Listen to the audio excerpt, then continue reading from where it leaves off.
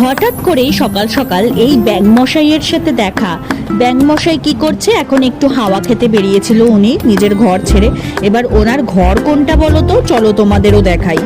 ঘর হলো ওনার এই যে এই গাছের কোটরে। লাফ দিয়ে বেরিয়ে যাওয়া তো খুব সহজ, কিন্তু ওঠা যে খুব মুশকিল।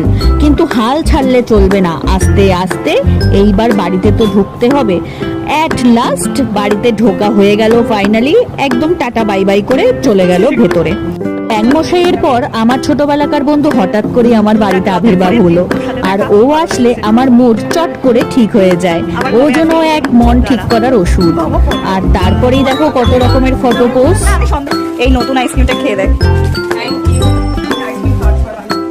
আইসক্রিম হাতে নিতে নিতেই ওর সাথে আমিও কোম্পানি দিতে দিতে চলে গেলাম জিমে। আর তারপর জিম থেকে ফিরেই রাতের বেলা এত মিষ্টির ক্রেভিংস হচ্ছিল, আমি মিষ্টি কিনেই ফেললাম আর খেয়েও